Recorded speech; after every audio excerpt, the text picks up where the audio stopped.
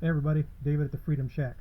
A couple days ago I did a video about adjusting iron sights, and I explained that the rear iron sight on a pistol or rifle is the only sight that the direction you move the sight changes the impact of the bullet the same. So all scopes and all red dots mechanically work differently. So the manufacturers make it easy on us. They tell you if you want the impact to move right, there's an arrow, you move it to the right. Same for up, down, left, whatever. But inside the scope, what actually happens is the opposite of what you would think. So I've got this dialed in out there on a 2-inch target. Let's say your first impact trying to zero this was 2 mils low, and you dial it up. So I'm going to show you what happens, and a lot of people don't realize this because you're moving. This rifle is clamped in. So I'm going to dial up 2 inches. As you can see, the reticle just dropped. So what that means is, the shooter, you're going to have to pick the barrel up, which is going to move your impact up. And go back to 0.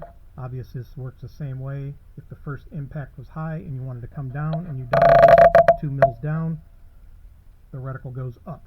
Windage works the same way. I'm not going to go through all of that.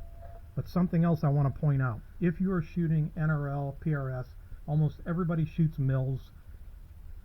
I shot MILS a few stages, I think, this year, and I realized dialing and holding was faster, but what I did not realize at the time was how much more precise it was.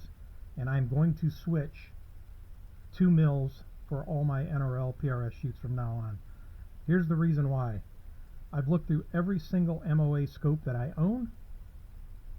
They are all in 1 MOA subtension increments.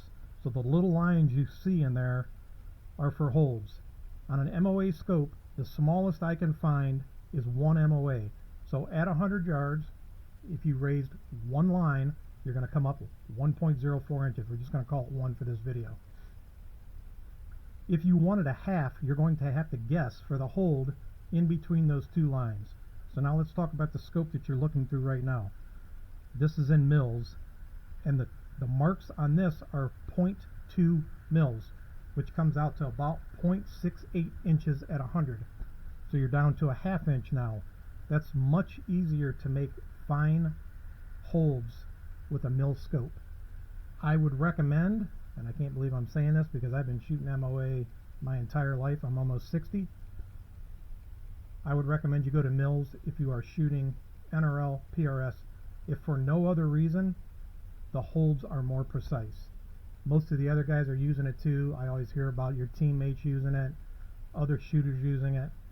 I rarely find that someone else shooting the same match is using the exact same holds that I am. So to me, it's kind of irrelevant. But as far as like holding for the next target, this is definitely going to be more precise than trying to guess in between two marks that give you an inch on an MOA scope. So I hope this helps somebody out.